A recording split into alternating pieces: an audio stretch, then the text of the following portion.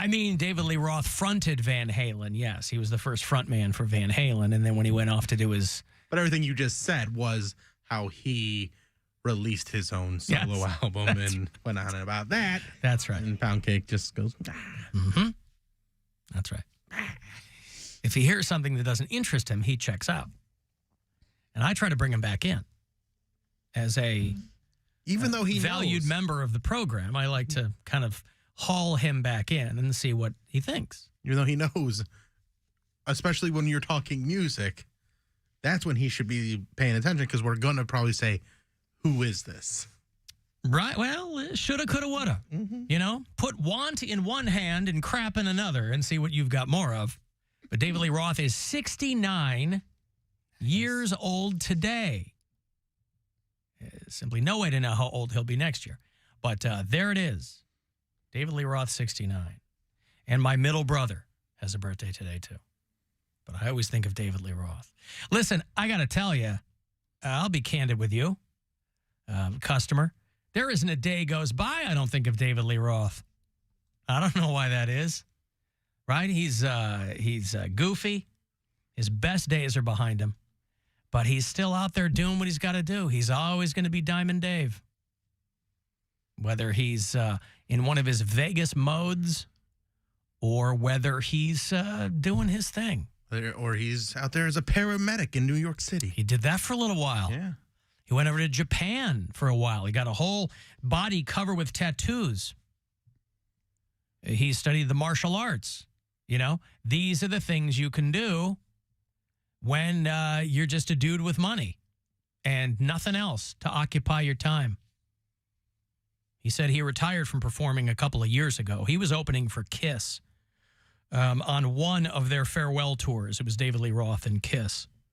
And the very last Kiss show here in Cleveland, allegedly, is going to happen on the 22nd, and I will have those tickets for you around 5:20 the remainder of the week.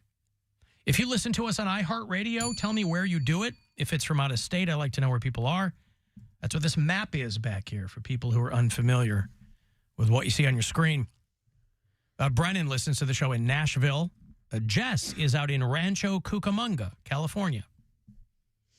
Steve's in Jensen Beach, Florida. And Shauna is our one bureau chief in Titusville, Florida. You ever been to Titusville?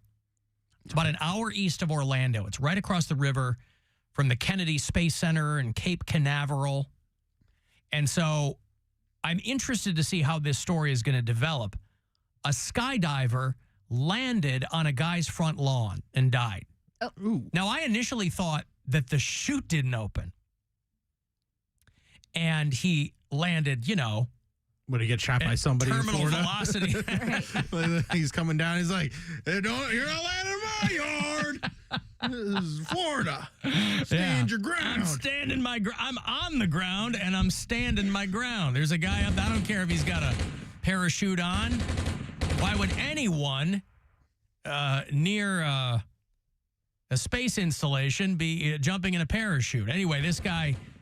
The local news had a little bit of video of the guy who lived in the house, and you could see the last seconds before the guy hit reflected in the back window of the guy's car. It was in the driveway. And so you saw the guy coming down, and the parachute was open. So something happened. I don't know if there's a hole in it or what, but this guy hit the ground, and that was it. You can still be going pretty fast with a parachute. Hells yeah. And if there is something that, like maybe you opened it too late or something, good night. A 69-year-old skydiver named, oh my God, David Lee Roth. No, I'm kidding. A 69-year-old skydiver named Fred Morello. He was wearing skydiving gear. He had all this stuff on, and he just plops into this guy's front yard at top speed around noon on Saturday. And the guy said he went to see if the guy was okay.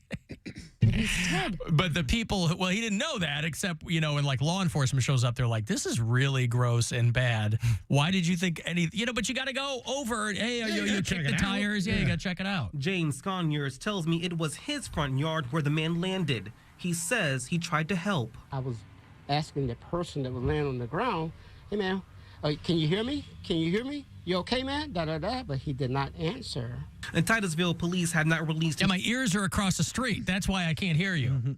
Hey, man, you all right? I mean, that's nice. It's your lawn. I guess you try to figure it out. You okay, man? Da-da-da, but he did not answer. And Titusville police have not released many details about what happened, but in a statement said the man was pronounced dead at the scene. In the video, we saw him come this way and land almost here, but the landing strip is way over there, so how did he even get over here? Good question. Sconyers, who is a Vietnam... They need to stop. I know that they have to do these stories, but these questions they ask where people can't possibly have an answer, they are rhetorical. And as a rhetorical question, it's fine. It's two guys talking. Wonder how that happened.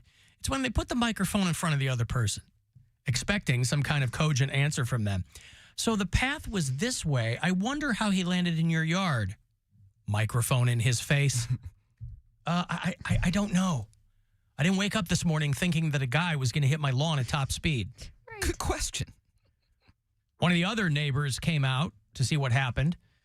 She said, I work in the medical field. This is the worst thing I've ever seen. The nearby Skydive Space Center has yet to comment. Obviously, they think that the guy took off from there. Get over here. Good question.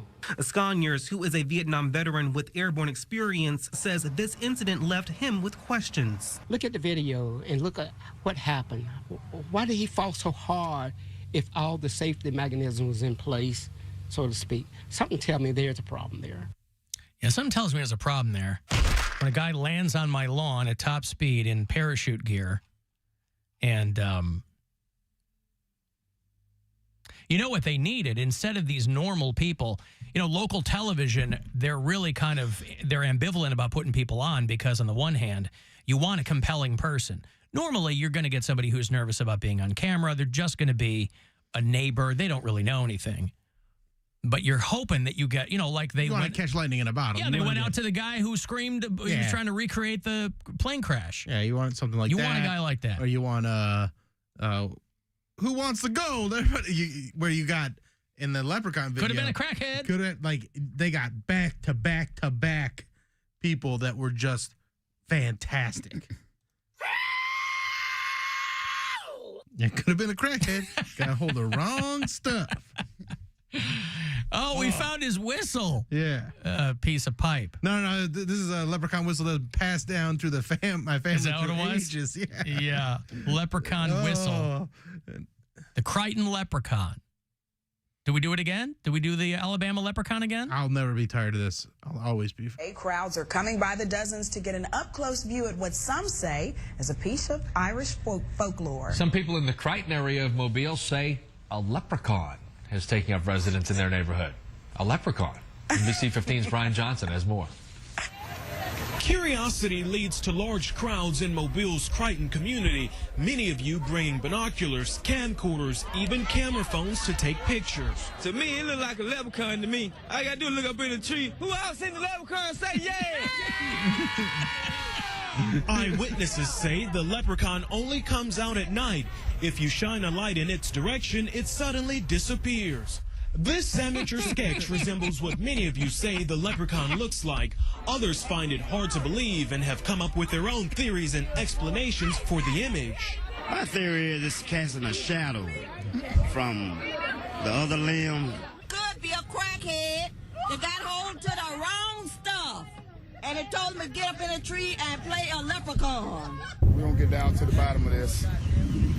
Yeah, it's still on there, guy. Don't be afraid. Don't be afraid, man.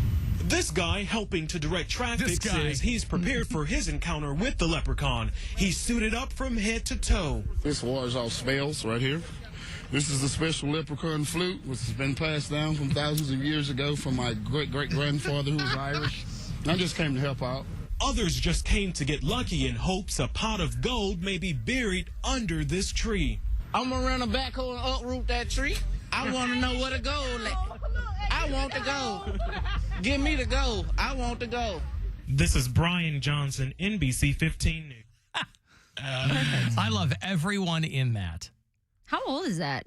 That's like 15 years old. Yeah, it's now. old. I like the woman who says, could have been a crackhead. he could have gotten the wrong stuff because there's the right crack and then there's the wrong crack. Right. He might have gotten the wrong crack.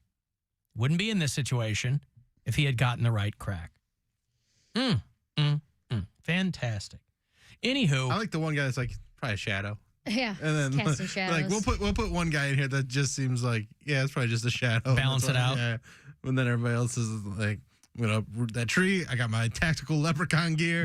I got my leprechaun flute. That's he's wearing passed out for camo and a thousands of Kevlar years. vest. But everyone, it's like a beautiful baton passing. Every person in there is playing along. I'm gonna get a backhoe, uproot that tree.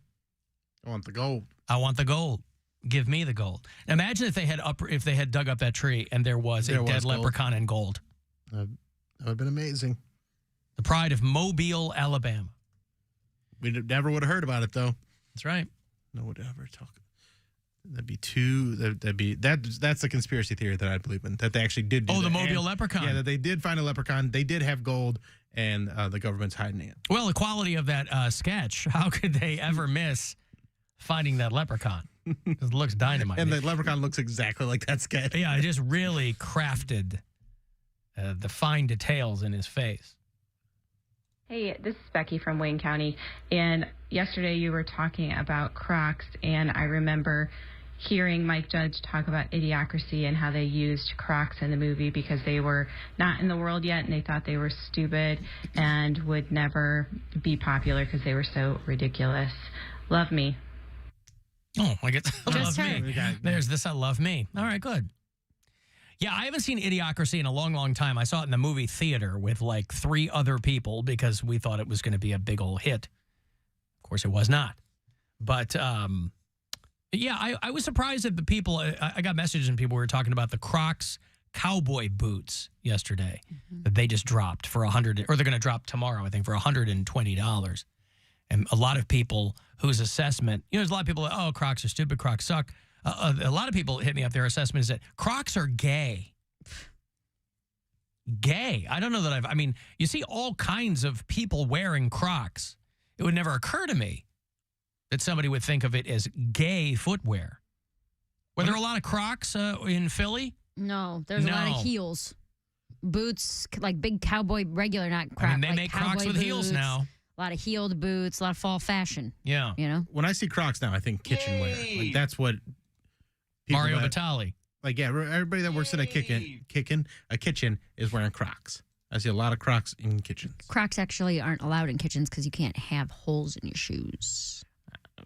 I see them wearing them. Are you sure they're not look like Crocs? Because like rubber working shoes in restaurants. They might be like a solid, like they're a Croc-looking shoe, but I think it's the solid version. Yeah, you can't have. Yeah, I don't think it's got the holes in it. Can you wear? People got their feet out. Can you wear socks with Crocs in the kitchen? Many people do.